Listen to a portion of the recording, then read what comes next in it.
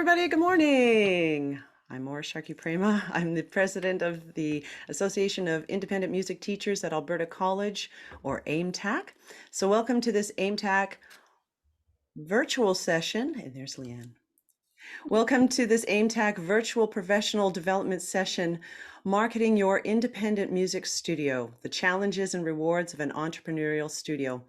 Part of AIMTAC's mandate is to support and inspire the independent music teacher in their path to enlighten others in their independent studios at the Conservatory of Music. I am proud to introduce my fellow collaborator of this session, oboist, performer, and instructor, Beth Levia. Say hi, Beth. Hi.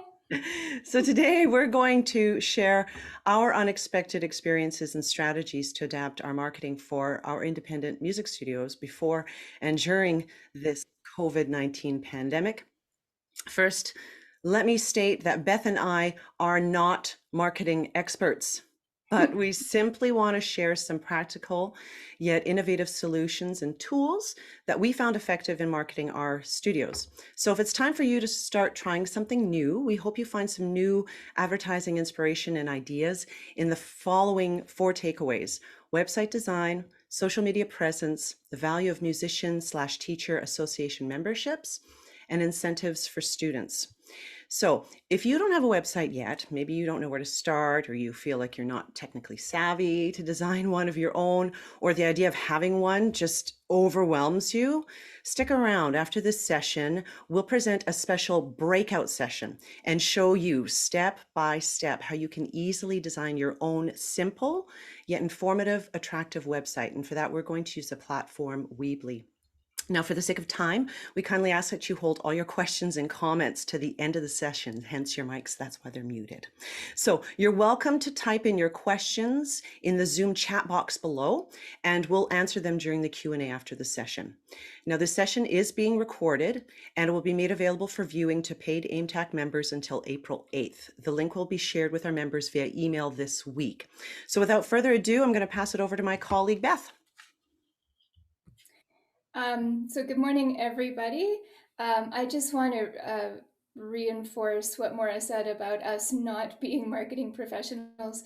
And really the things that I've learned probably in the last 6 or 8 months, primarily. And it's been a revelation as well as daunting and just plain old hard work. So the first thing I'd like to talk about is a website. I know a lot of you already have your own websites, and that's wonderful. The website is really the place where you collect all the information that you would normally want to give to prospective students. So it may be a little bit about your background, your teaching philosophies. You can give information about your studio, your policies, cancellation policies, any policies really. You can put down your lesson rates if you like. If you change them, you'll have to change them on your website. You can give them any COVID responses that you've put in place. The website's really you, and all of the other places where you might have your name online should all lead back to your website. Websites used to be really challenging to make back in the day, and they used to be quite expensive. But these days, they're simple plug and play things, and they can be absolutely free. So really, there's no better time to just make yourself a website if you don't already have one. The middle block there says create your logo. Now that's not absolutely necessary. It's not 100% required, but it sure is nice to have a logo where people don't actually have to read your name, but they see a shape or a collection of colors and they know automatically, oh, that's the Sharky Voice Studio. I recognize those blocks. I know exactly who that is and what they do. And brands like Coca-Cola have known this for years, and we can get in on that as well. So you can create a logo, don't have to. Finally, your target audience. This is key. This is key, actually. Who are you marketing to? Now, obviously, everybody can take music lessons. We're open to everybody, but who is it really who tend to contact us? I think for um, a lot of teachers who teach very young people, very, very young people, you know, the market would be different for those teachers than it is for me. For me, I teach oboe. It's a pretty niche market. So where are the oboe players? They're usually playing in their school music programs. So I'm in touch with school music educators. I know most of them. I have a lot of adult beginners, so I market to the places where people who have some spare time and disposable income might hang out. Facebook, and I have a couple of um, retired people who've taken up the oboe as something to do in their retirement. So, who is your audience? Identify who they are, and then put your efforts there. So, as Maura said, there are lots of platforms out there. She and I both use Weebly, which is what we're going to use today, but there are loads. And so we've listed Squarespace, Wix, and Yola. They're all pretty much the same, plug and play. You choose one of their templates and you insert your picture, your text, and your contact information. And your website can really be just one page. Here's my name, here's what I do, here's how to contact me. Done. And that's what we're going to do today with you guys. So if anybody doesn't have a website, by all means, stick around. And at this point, I'm going to pass it back over to my friend and yours, Maura. Thanks, Beth. So we all agree the website is central. And there are other things that tie in with the website in order to get yourself out there. Word of mouth, absolutely word of mouth. That's how many of our students find us. I think teachers all agree that that's the best marketing for their studio. I'd just like to share something. There was a meeting that we had on Friday, the Conservatory faculty meeting, and Faye had shared with us there was a Conservatory marketing survey report that was sent out to all the parents and students, and there were 134 respondents. And the number one answer about how they heard about the Conservatory was word of mouth. So I found that really interesting. But what was also interesting is that only 10% of the calls into the Conservatory were for teacher referrals. That's it. So word of mouth is key, but how does that spread? Because it's through our students and the parents, really, and what we have to offer and the incentives. And that I'm going to talk about that later. So they'll find you in the Google search. Maybe they'll type in your name automatically. Maybe it'll be on a separate platform through various directories. I'll talk about that in a moment. The social media, that monster. That's the part I know some people are not too keen about, being on social media, but I'll show you how that will benefit you. And you don't need to tackle all of these platforms. Just tackle one. And of course, our beloved Conservatory, they have a fabulous site for us already that showcases each of us. But it's really nice that if there's a link to your website that tells us more about you and what you have to offer. So starting point website, but let's go to social media. So if I could have the next slide, please, Beth. Thank you. Okay, so get your name out to as many sites as you can manage. I know this is a monster. We've got several social media platforms. Facebook is number one, and I know some people hate it, but we're talking about your business page. We're not talking about your profile page. This is your business page, and I will show you some examples in a moment here. Instagram, this is another platform that is all about imagery, and you consider who your students are. You'll have to just ask them, what platforms do you use? And that'll give you a better idea of where you could market to.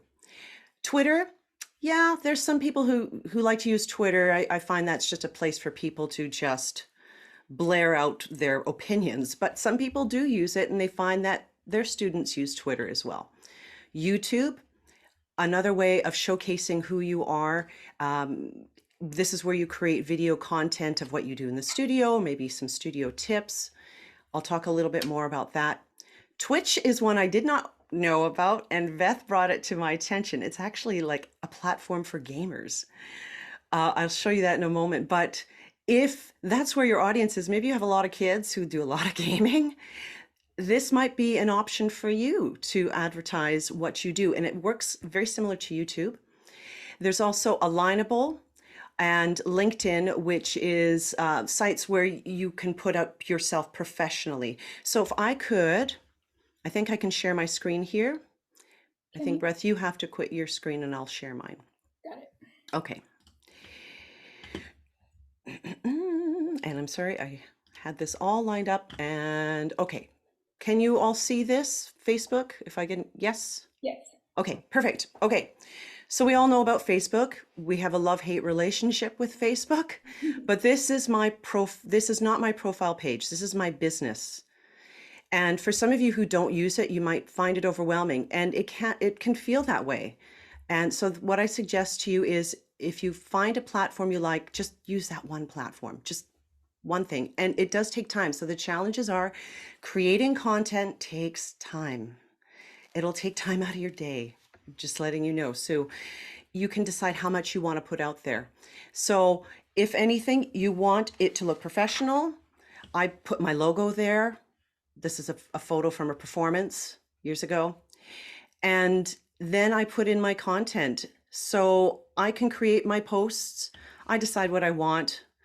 And the other thing about it is the nice thing about Facebook is you can schedule your posts. So if you feel overwhelmed, like I have to do this all at once, not necessarily. You might spend maybe a good morning creating content, but you can schedule when you want them put out there. So you can fill a whole month and you don't have to do anything. It's already pre-scheduled. And you can also start doing your live streams here. You can do a quick video of yourself doing piano techniques or just give a quick tip, something that gives your audience a sense about who you are, what you have to offer. So this is mine. I just put things in here as we go. And I've had this for a while. One of my things is for creating content, I find it really time consuming, but I have to pre-schedule things. So I don't always have a lot of time to put out tips because everybody's doing tips. Like they can always find out some singers doing tips. So I just do funny comments, like funny jokes. And I create this content and I put it out every week just to put me out there. Okay. And short demonstrations of video, my newsletter. These are things I'll talk about later. So this is kind of your space for yourself. Oops, I hear some sound. Sorry, that was me. No worries.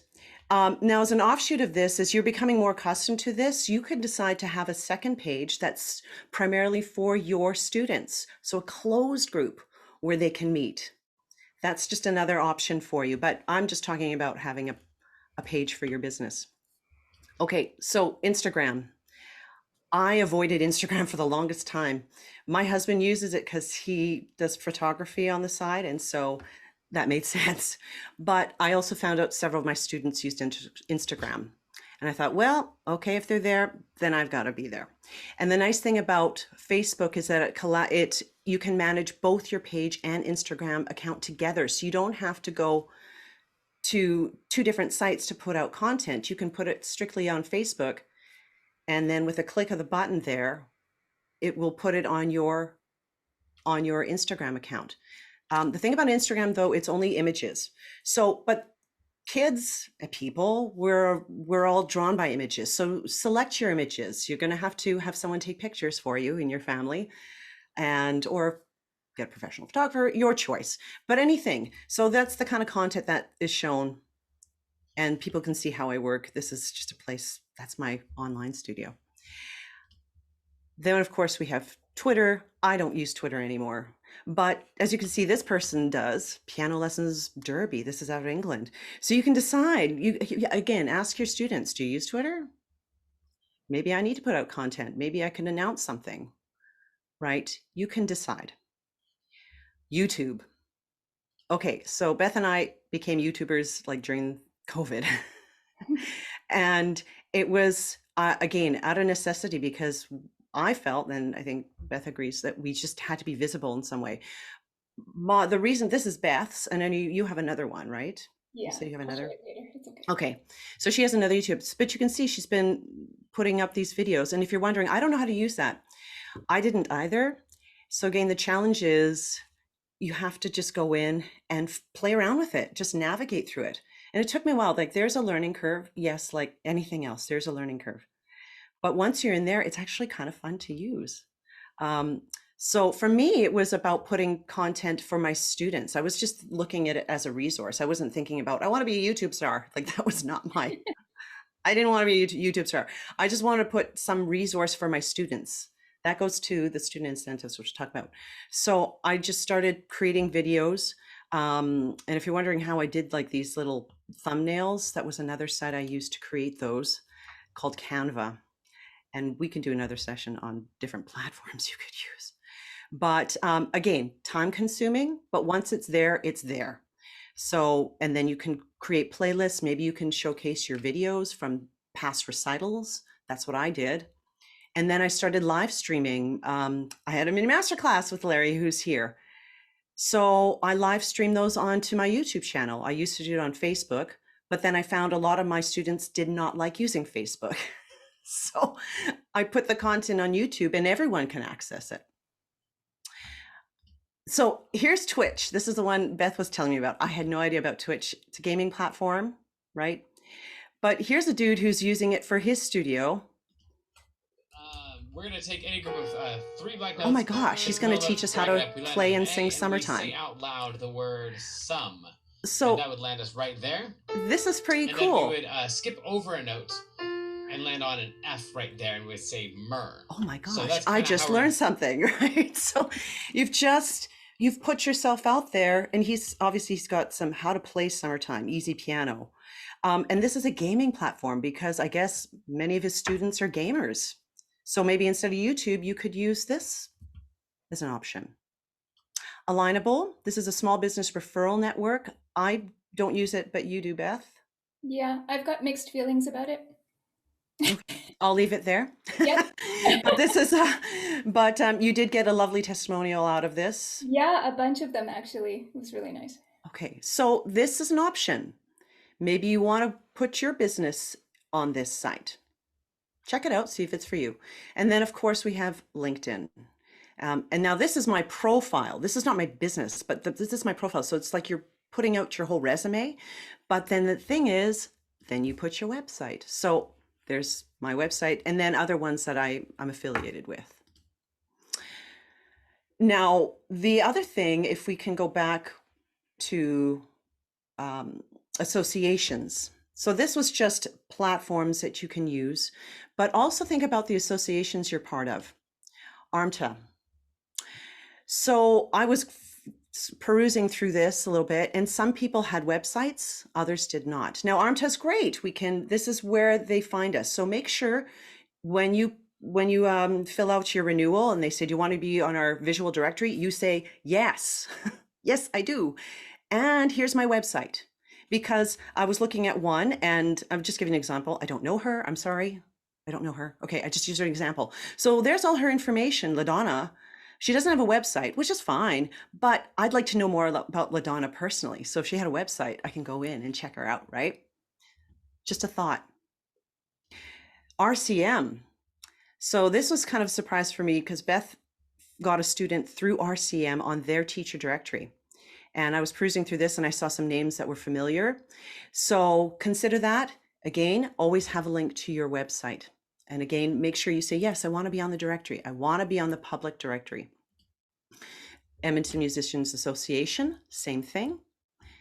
NATS, National Association Teachers, APTA, I can go on. But then maybe other associations that are not music associations. Maybe you're part of the, I don't know, some other association, just as long as in your profile, it has a link to your website. It tells us more about you. So I'm going to stop my share there and I'm going to hand it over to Beth. Okay. I think I'm sharing the right thing, but I can't can't see it.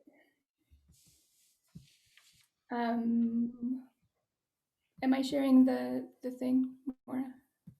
I don't see anything here. There. There we go. Okay, thanks everyone. So the next section is about content teasers. And this is interesting and something that I've been doing a lot more lately. So there was a study, I can't quote it because I can't quite remember it, but I know that there have been studies about what gets people to actually make that first step, to actually walk through the doors of a concert hall, to actually send that email to a potential teacher. What stops them? And one of the things was fear of the unknown. In some cases, it was fear of the venue. And what that means is, well, where would I park? How many steps do I have to walk? Where are the good seats? Will there be etiquette that I'm not aware of? And with regards to taking lessons, it's, well, what's the teacher like? Are they very strict? Are they going to? I mean, I really like to sing show tunes, but am I going to have to learn all kinds of art song when I really just want to sing show tunes? Like, there is a fear of the unknown.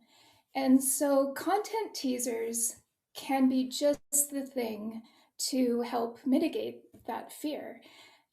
Potential students, potential parents can meet you online before meeting you for real. So you can see here on this page, Maura did some 20-minute vocal exercise and sing-along sessions. These are great. These little live stream sessions, people can just watch them from the comfort of their home. Nobody can see them. They're just watching, perhaps singing along, and they can get to know Maura before they ever meet Maura. They can see, oh, well, she really knows what she's talking about, and she's a delight. I want to spend half an hour, 45 minutes, an hour with this woman every week. That would be fun. Oh, I see that she's working on show tunes. That's what I like to do. So you can actually get your personality out there for people to see before they ever meet you. You can see there are other visuals here. That horrible little picture of the duck, and I'm playing a duet with myself. I was actually playing Super Mario Brothers for a Music Camp Alberta promo. There's a little picture, all of the singers in the center there. That was from one of Maura's live stream recitals. And the little one on the right is from a warm-up. I've been doing online warm-ups every morning, including this morning. So I just took a little screenshot of that. And so I'm going to stop this share and go look at some of this. And now I need to share again.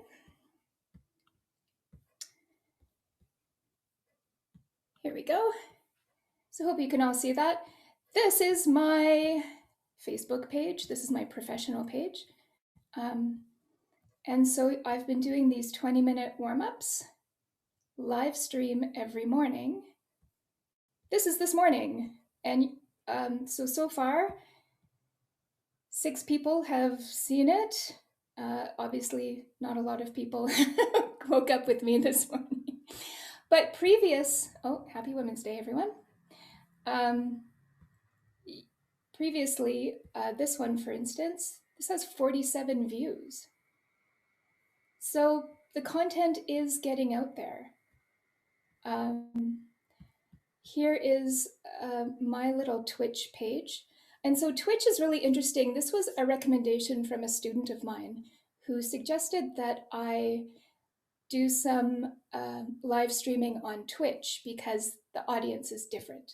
Twitch is free, and it's so much like YouTube. It's really surprising. The thing about Twitch that I think is very interesting is that people who are watching can comment in real time. So if you're doing a session and somebody's watching and they're like, well, I'm confused. I don't know what you mean by that word. They can ask you, they can type it, and you can answer them in real time. So that's a feature that we don't have on YouTube, and it's a feature that we don't have on Facebook. It seems to be something unique to Twitch, and I've only been on here just a little while, but I'm interested to learn more about that. So I don't have any saved videos. This is all kind of live stream. It's there and then it's gone. Although you can save it. Here is my other YouTube channel, and look, here are all my little warm-ups. There's my screenshot. These are the tips that Maura was talking about. There are lots of vocal tips, and there are lots of oboe tips too, but not as many oboe tips as there are vocal tips. So I have been doing some tips, and I have one of my students doing some video editing for me. So there's another one I'm practicing that's about to be launched on here too. So you can have little bits of content, little teasers that can really help people get to know you, which is the point of that.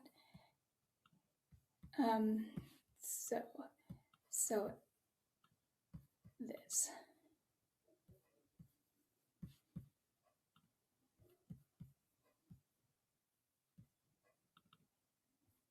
Are you seeing it? Yeah, okay, sorry, my screen.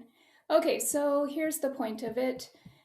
Content teasers allow students to get to know you. They can be sample lessons, virtual choir, warm-up sessions, can be anything. Can be a tour of your studio. You know, here's where you walk in the door, here's where you leave your shoes. Here's where you can sit or stand. Here's the music stand, you get a stand light. All those kinds of things, you can sort of put their minds at ease. Anything you live stream, you can archive for people to look at afterwards. And you can do that on YouTube, obviously, Facebook to a certain extent, and Twitch as well. And there might be others, I'm not aware of them. Oh, your website, of course. Always the website. And then this one's interesting because it's a fine balance between giving a little bit of content, a little bit of a teaser, and giving away your knowledge. And this is something that I've been thinking about a lot because I have been putting out a lot of videos. And it's important to me to be pretty general about what content I'm putting out for free.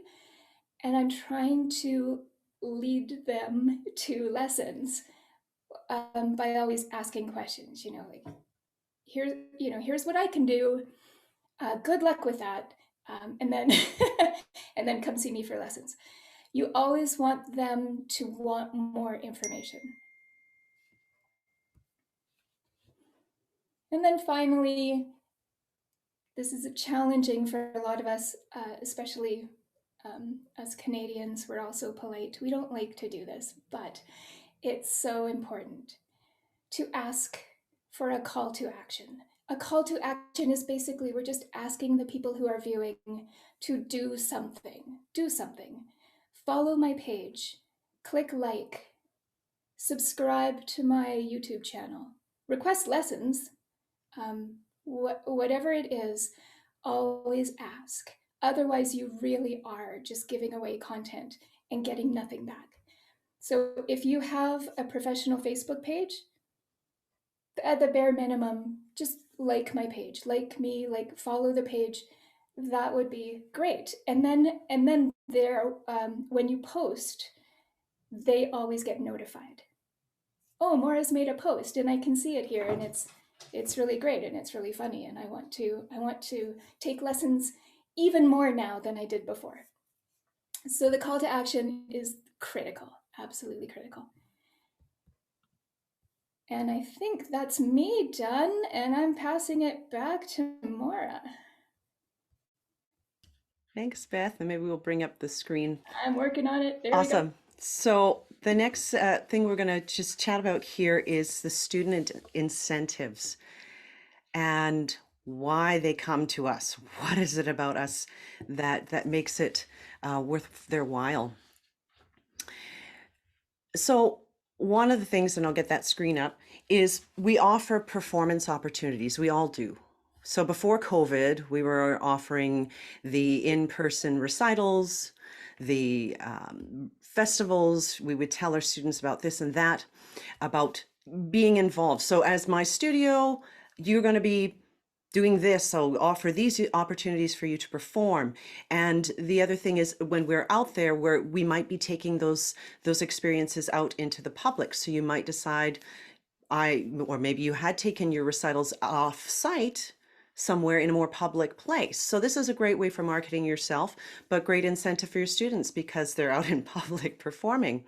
One of the things that I suggest is putting out your business cards, like simple things like that. When you're at, have these performances, maybe have your table with your business cards on them so people will know who you are in these public spaces. One of the things I used to do pre-COVID, when we would have our Christmas concert every December, is I would actually borrow from the conservatory, and you can do this too, is the big stand. I wanted to have something in the room so the audience knew who I was or where I was from. So I'd borrow this big advertising stand from the conservatory that had the Conservatory of Music logo and their pictures. And I took that with me, and I would place it in the seniors' facilities and anywhere where we were performing. And so it was nice to just have that visual. So if they couldn't remember who I was, at least they had that to look at and knew where I was based out of. They would say, "Oh, McEwen." So if it wasn't for the seniors, it was their family members. So they would come as well and watch our performances, and they would remember. So that's another tip when you are offering these opportunities for your students, is to have that visual. Tailored lesson content.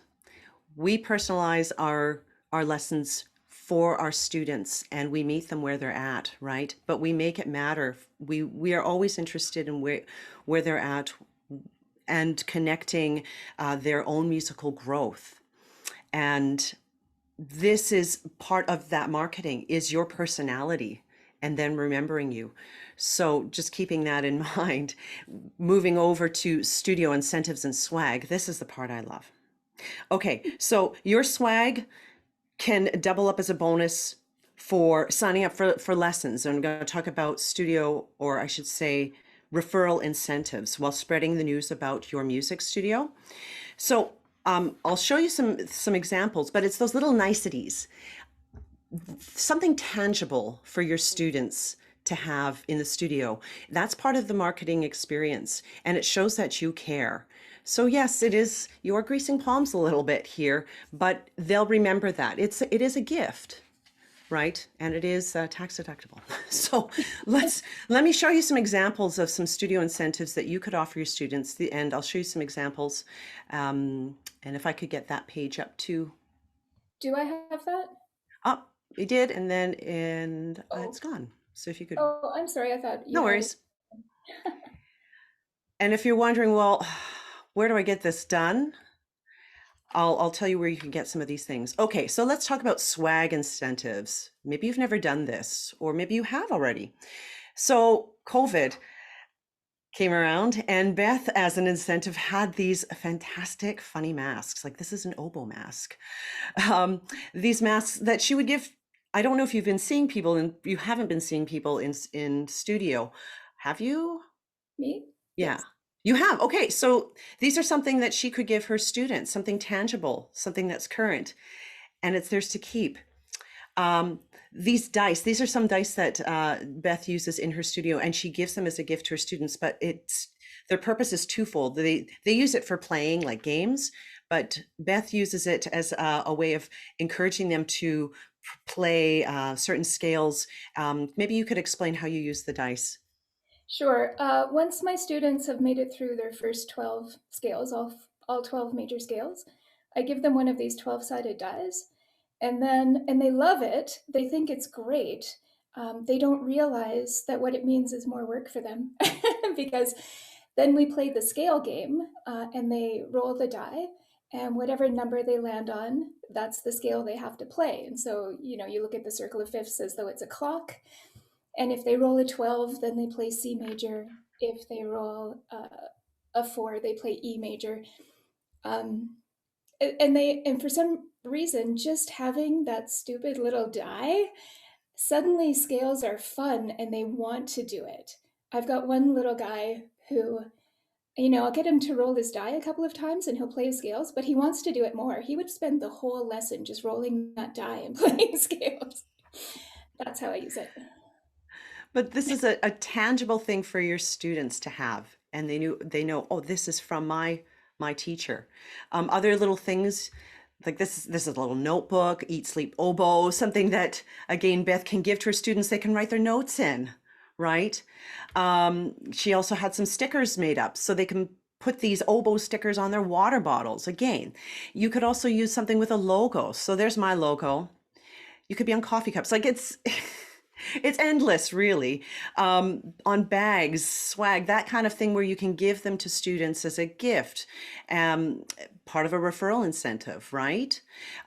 Chocolates. So when we were before COVID, like I have this big bowl of chocolates. They were all wrapped, of course.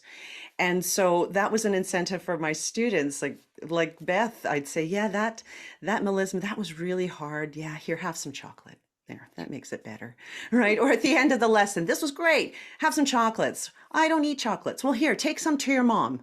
Like just so they had something to hold on to and make that experience very personal, right? Studio incentives. Okay, so being part of my studio, you also get to be a part of my newsletter, my monthly newsletter. So I put out a monthly newsletter and I use MailChimp. MailChimp is another platform. Again, here's the challenges. You're creating more content. It seems like it's never ending, but you are. But you are creating your own unique content for your studio. So my students already, they give permission that for me to send the newsletter, of course. And I create this monthly newsletter. It's pre-programmed to be sent out. And in that newsletter, they can find out what the studio updates, when the next recital is, or when the next rep class is, what other students are doing. I have like a segment called Student News, or what's happening in the conservatory. I always have something about the conservatory. And then I'll put out one tip, because that's all the time I have, but one tip or something. So they'll know I get this newsletter. But the other thing I do on my website, and you can do this too later on, is you can have a link. Do you want to subscribe to my newsletter? So I have people subscribing to my newsletter who are not students at all. They just get the information. Another studio incentive. Now this is very old school. I have a punch card. So you can see over here, very old school. So in person, and I still use it online, is for my younger students, they keep a practice journal. And so they earn reward points for the number of times they practiced and what they practiced and so forth. And they would have had to have this practice journal signed. So I know that the parents could verify that they were practicing. And so they would earn a certain number of points. So I'd hole punch all those little notes and they would have to get all 36 points. And in the end, I would give them a $10 Dairy Queen gift card. And they love it. And then what I do for content is I would take a picture of them holding their card and I would put that in my newsletter or I'd put it on my website. Anything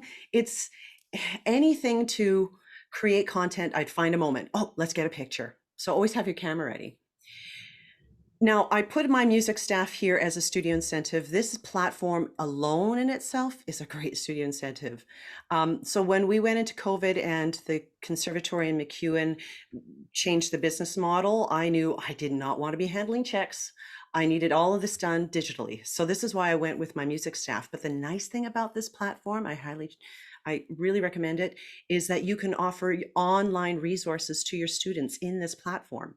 So they have their own access, their own student portal where they go in, they can check out their own account, they can pay their lessons right there using PayPal. I mean, they could still pay you with with Interac, or I should say with your e-transfer. But this is just nice. It's like, boom, there on my phone, done. The practice journal that I was telling you about, that used to be the tangible paper one, now it's digital. So now they send me their practice journal And I get in my phone, like, I get all these practice journals, but I can see like they're actually taking the time to write what they were doing. And then not just my juniors, but now my adults are using it. So I'll read all these practice journals. So that is a studio incentive. You're providing this platform to your students to use. And I can go on about this. Like, this is a session on its own where you can do tons of things. So very beneficial. Referral incentives. So if you haven't been doing this, you might want to consider it. So giving your students an incentive for referring new families is one method of encouraging this key way to market your music studio. So maybe you decide, okay, they got my name from another, you would have received a phone call from another person who said, oh, this student sings with you. Great. You decide, okay, I'll give that student maybe a free month of voice lessons. That's a bit generous, but you can decide, right? If this person books 8 lessons, that current student will get a free lesson, right? Or maybe you want to give a gift card to some local business or music, anything. You can decide. I threw in the studio gift certificate. So this is something also as part of your marketing that I found really helpful, especially Christmas. So it's on my website. I wanted to make a digital version of it, but I couldn't get around to that. So what they do is they contact me and I send them a PDF. But this is great because my students, when they refer me, sometimes they'll just buy lessons for another friend. And I found this really great for the Christmas season because I had a couple people want to buy music lessons as a gift for the holidays. So I had a person buy 10 lessons for a friend. It was just insane. So this is another way of marketing yourself. And that's another great incentive. So that kind of, looking at our time, we're doing awesome. So that's the conclusion of our presentation here. And that brings us to the Q&A portion. And we'd be happy to answer any questions about what you may have seen or heard, or maybe if there's something we didn't delve into a little bit more. You can unmute your mic, or you can raise your hand and we'll try to. Shall I continue to share or? If. Because I can't see anyone. Okay, so we're going to remove this. Okay. Hello. Are there any questions about the content or how we created content or anything from today? No questions. That's amazing. Oh, yes, go ahead. I'm not really Maureen, but the one question I have is, like, these associations, like ARMTA, Musicians Association, the Royal Conservatory, they charge crazy for membership. Do you find that it is, do you get the payback from them? That's an interesting question. I'm a member of the provincial ARMTA, but not the local chapter. And that was a choice because I found there was a little bit more value with the provincial. And you know what, Dan, to be honest, it was just a way for me to stay visible and being part of the membership, like being on the directory. And then of course you get that little paper saying that you're part of this professional organization and you're vetted because you have to do the whole security thing. So there's that element. So yeah, that's, for me, it's still worth the investment. I'm not a member of ARMTA yet, but I am planning on it. And I'm interested in their insurance policy. And that too, yeah. They've got a really nice comprehensive insurance package that follows you no matter where you are. So that's something that I'm interested in, so I'm going to join. The insurance thing is, I've always found that puzzling. Like, I've been in the game many years and have yet to see one instance where insurance would have been any benefit whatsoever. including even like the Musicians Association offers instrument insurance. And well, I've had my instruments stolen once, but really the value, I just don't understand the obsession with insurance. If I can talk to you just a little bit about that, Sure. about the insurance. There was a recent incident with an ARMTA teacher in Calgary, and her dog bit a student.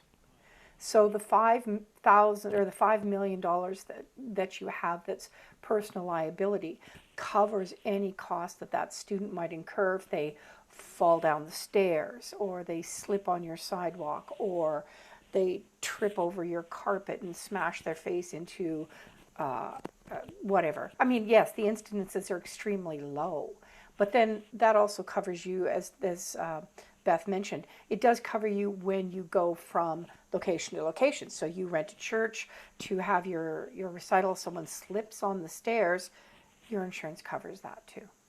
So that's really all it's about. And as far as belonging to all those different organizations, I actually have never received a referral from ARMTA, but I have received referrals from NATS and from the Royal Conservatory. So,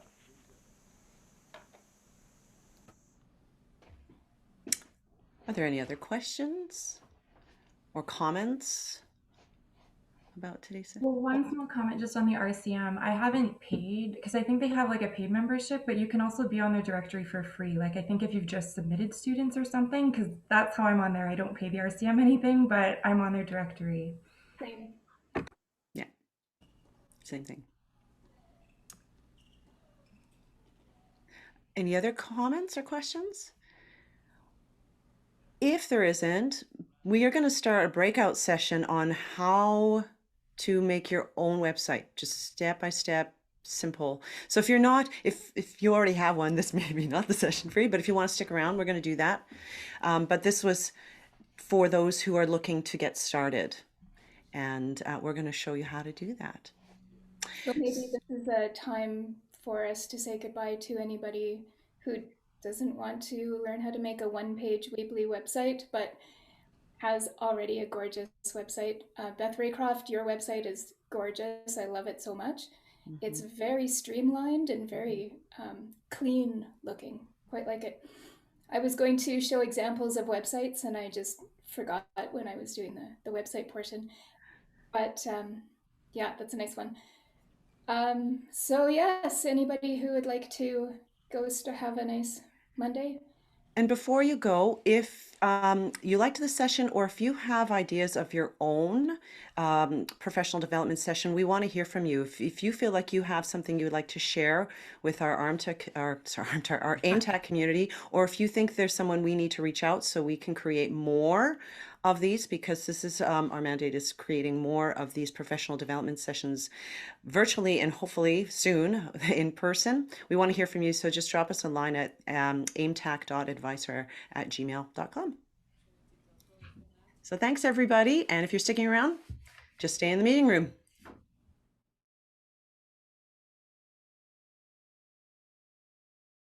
Okay, so I have a free website through Weebly, and it's not super. I've actually just yesterday, day before, I actually broke down and bought a domain name, but up until then, for years, I've been using free Weebly website.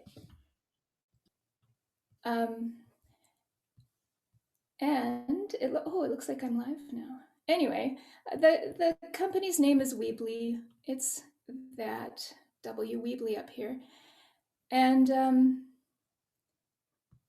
yeah, I guess I can show you. This is, nope, can't. It's not published yet. That's my new domain name. But it's real basic. Current site.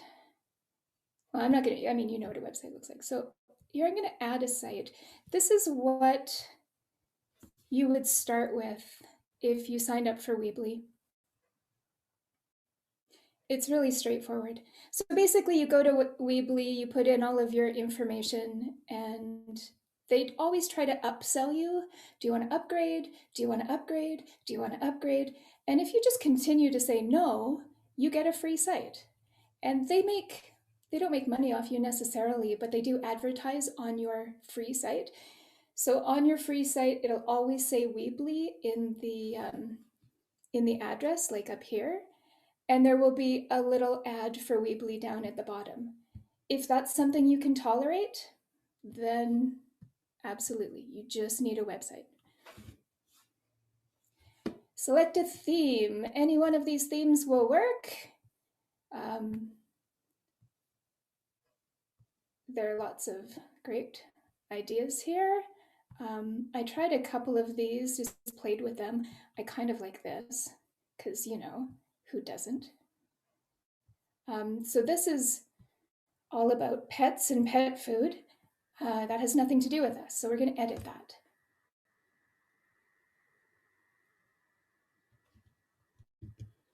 And we're going to edit it. Once it's ready, there we go.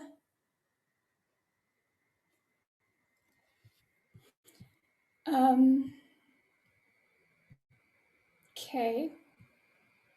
And we're going to go Carol Mellers. Maybe it doesn't like that. Maybe it doesn't like capitals.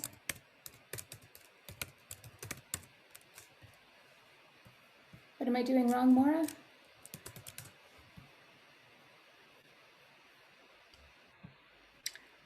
This is for a domain. Oh, okay. Okay, never mind. Let me try that again. I really did practice this.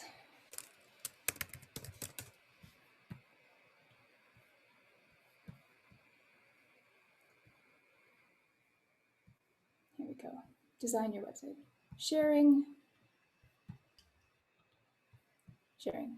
Okay, welcome back. Design your website.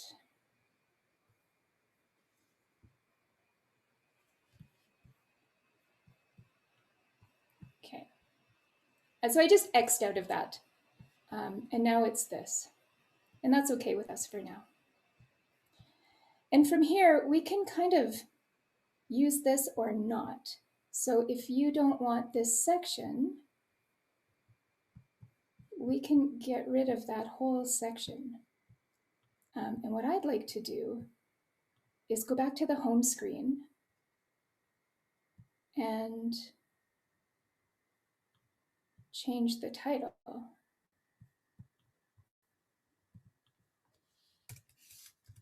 to Carol Mellers Piano. And then that's all lovely. We can get rid of things. You see how I just sort of move my mouse over this and it gives me options like a little X? You sure you want to delete that? Yeah. Let's get rid of that. What about this? Edit background, replace. Let's edit that background. Replace. I'm going to upload a picture and I saved.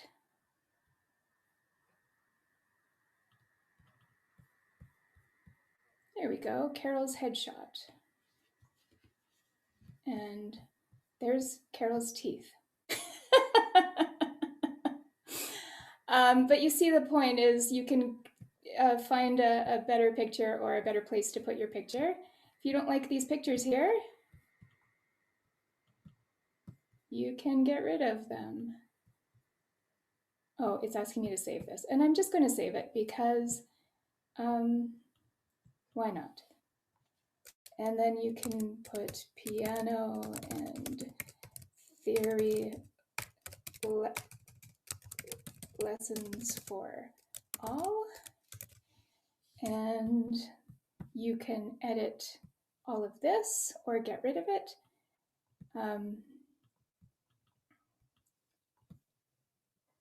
I find that, I mean, it takes a while and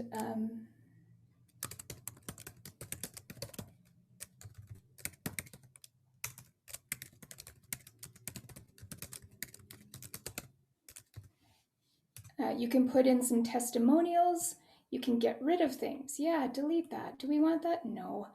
No, this is all from the pet shop and we don't need, they're cute, but we don't need that picture.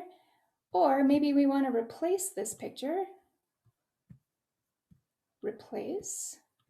I just saved a whole bunch of little pictures and it's publishing. There we go.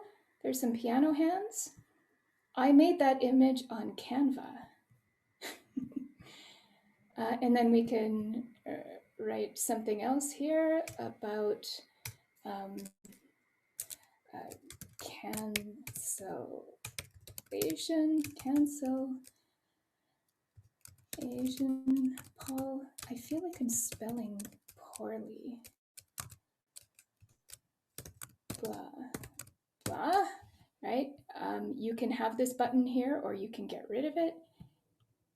You can get rid of it. And in fact, you can get rid of almost everything if you don't like it, and make it very, very simple, very streamlined. Delete. One thing, get rid of that button.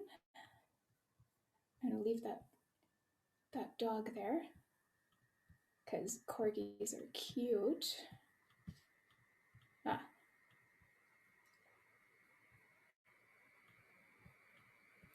One thing I am going to add, though, that is the most important thing, is a contact form.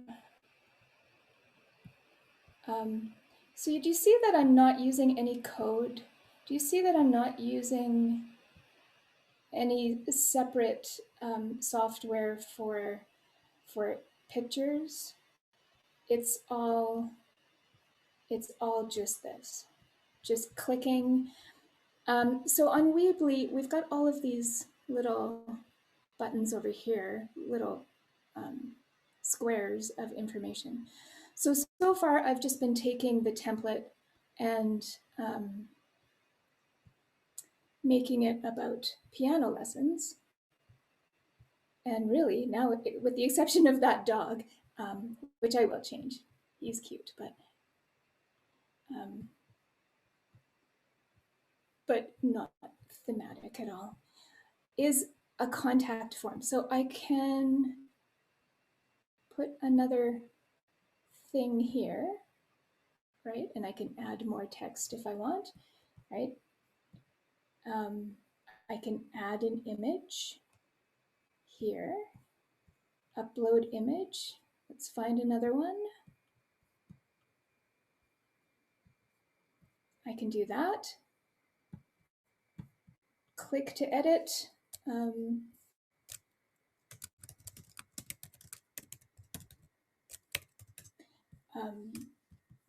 All of that. And then, of course, in my opinion, the most important thing is this contact form. So just drag it over. I just picked it up and dragged it over. And now you have a contact form. Potential students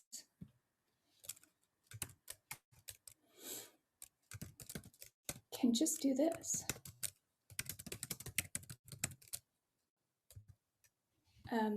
Put in their first name, put in their email, make a comment, submit. And when they do that, this goes into your email inbox. Weebly has your email. You, when you sign up with Weebly, you give them your email. Oh, and here it is, contact form, blah, blah, blah, email to, spacing, blah, blah, blah, form options. Good. I don't know why it's all, oh, save, that's why. Great, you have a form now. So all in one page, sorry, Carol. You have your, who you are, what you do, a blurb, some nice imagery, more blurb, nice images, contact form, and you're done. Now here, there are some more pages here that you can fill, or we can say, no, I don't want that page, delete. So do you see what I did? I went to pages. Here's the home page that we just edited. Here's the about page. Do we want that? Maybe you want to change that up. Maybe you want to have your bio and all kinds of information about where you are playing, upcoming gigs, or maybe you decide, no, don't want it. I don't want to manage it. I don't want to keep doing that. And contact, yeah, you can put that in if you want. You can have your address if you're comfortable doing that. Phone number, whatever you like. You can put the form here as well, or not, or you can delete this one as well. One more thing, because we've been talking about it kind of a lot. If we go back to build, here's Carol, here's her picture. Maybe she's got a brand new Facebook page. And maybe we want to have a nice link to that in here. So one of these little buttons, this one in fact, is for social icons. I love this. So you can actually put this in here and it will link automatically to all of your pages. And it's got these are the choices on Weebly and all of those. Inactive and active.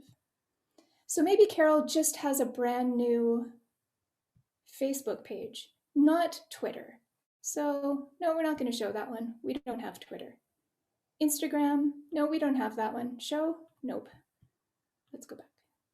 LinkedIn, don't have it. Nope. Mail, yeah, sure, we can put in our address. And so here, whatever Carol's email address is, carol@emailaddress.com, and that's it. I think. Yep. And then Facebook, you can put your Facebook page. And for me, I always have to go to Facebook, go to my page,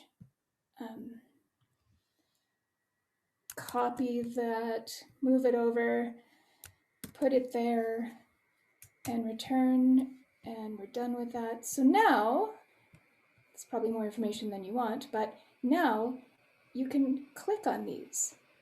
There's mail. And we're in editor right now, so we're not getting the ability to email her. And there's a Facebook page, right? So if you're on the active website, you would actually be taken to the Facebook page. This is just the page editor. And then, easy as that, you hit publish, and it publishes it, and you have a website. I'm not going to do this because it's going to go to my account with Weebly, and that's going to be confusing. But that would be the final step. Get this looking all pretty, however you like it to be, and hit publish. Done, done. You have a website.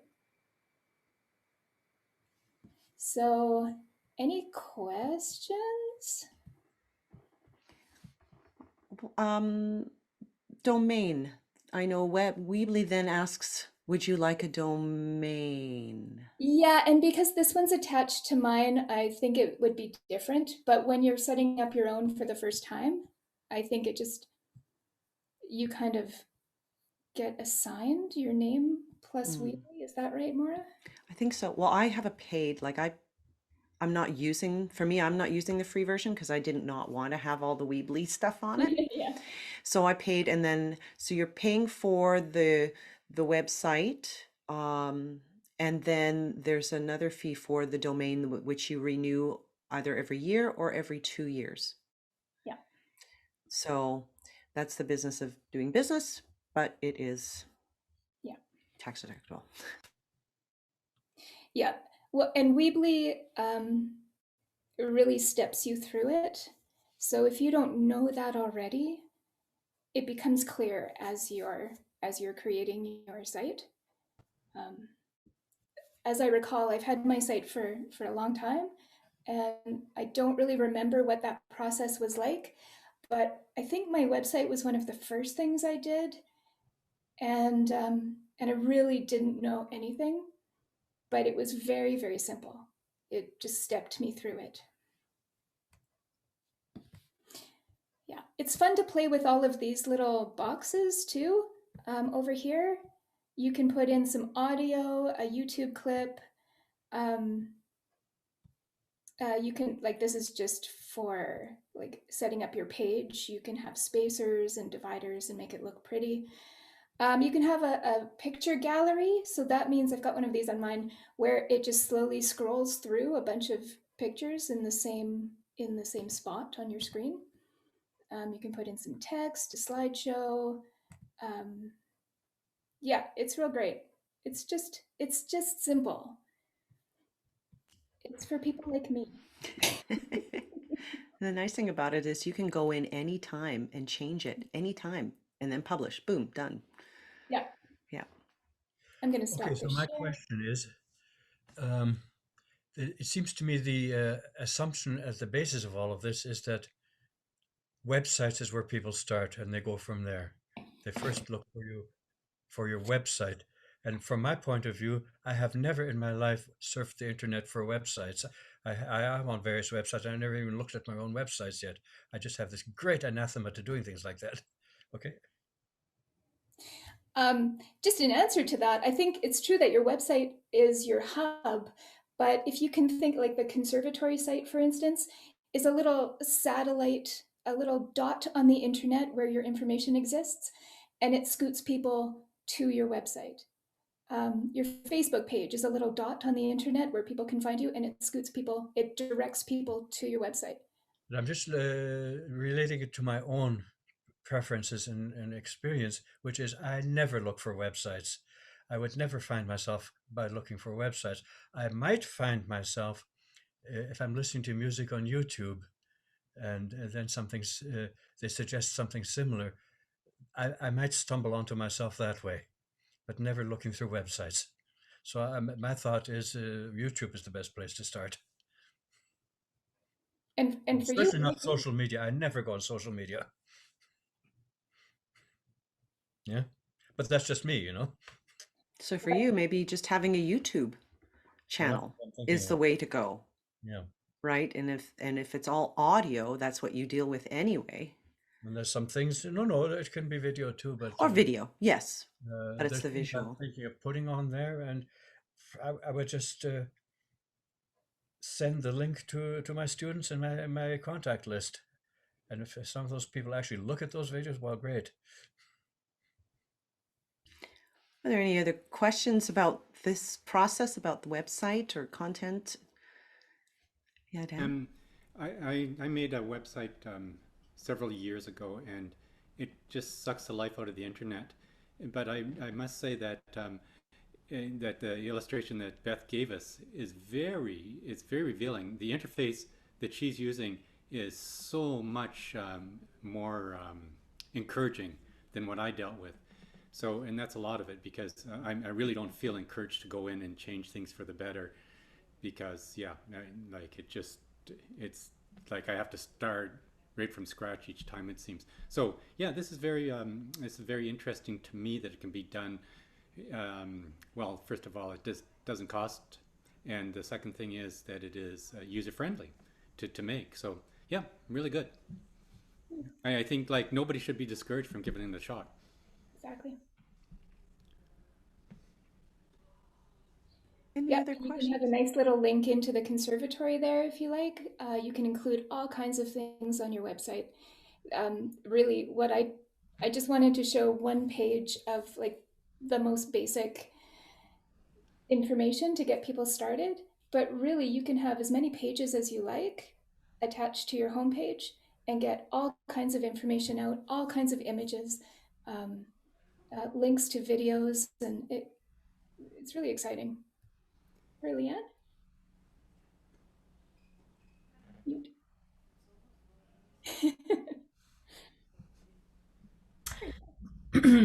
Sorry, I couldn't see the mute on my little image.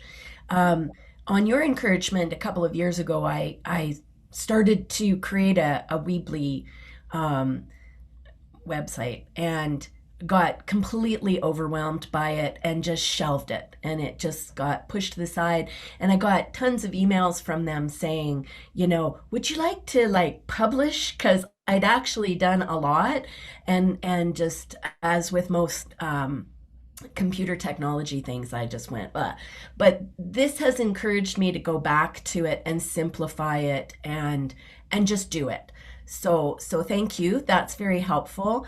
And I don't know if this is an appropriate time to ask what your concerns about Alignable are. Yes, absolutely. So I was invited to join Alignable by a composer friend of mine that I went to school with in Michigan. And I went on and I thought, what's that? And I looked around and I saw some people that I knew. And I was like, oh, well, maybe this is legit. So I signed up for it. And what I didn't know it was going to do was email everybody in my contact list. And that was my concern. I'm like, why did you do that? I didn't say you could do that. I mean, I must have at some point, but it wasn't, ugh. And I thought that was rude of Alignable. But I've received from you, even Leanne Gaylor, a beautiful testimonial from like 4 or 5 people, and that's been lovely. One of them is a parent of one of my students, and actually, this one was odd because I love this student. She's a lovely girl, but there's always been a little bit of not tension, but I'm not sure if the parents are into it or not. Like they seem to be, but then they're kind of standoffish, And I was like, well, I'll just give this girl local lessons, and she's a hoot. She's a delight. I love her. And so I was delighted when her mom left me a gorgeous testimonial on Alignable. And anyway, so I do have some new testimonials now through Alignable. And maybe it's a really great site. I haven't been on it long enough to know. I haven't got any referrals through it. But my concern was, hey, why did you email everybody? That was cheeky. They ask that, and I said no. I didn't share my contact list because that just seemed like, whoa. I didn't realize I was doing it then, and yeah. Right. Yeah, it's a little bit of a pig that way. I did, yeah, I got that email also, and I thought negative things about Beth. You mean yeah, and that is a downside to that kind of thing, isn't it? Yeah. I didn't think you could think any more negative things about me, Dan.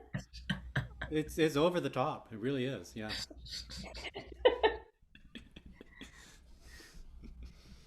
Are there any other questions or comments before we wrap up here?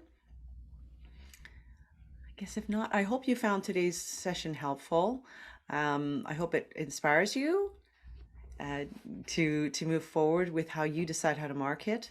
I should have added actually your testimonials too. That's part of that experience. So do ask your students for the testimonials, and you can put them on your website or on your social media because people want to know who you are. It makes it very personal. Yeah, Dan.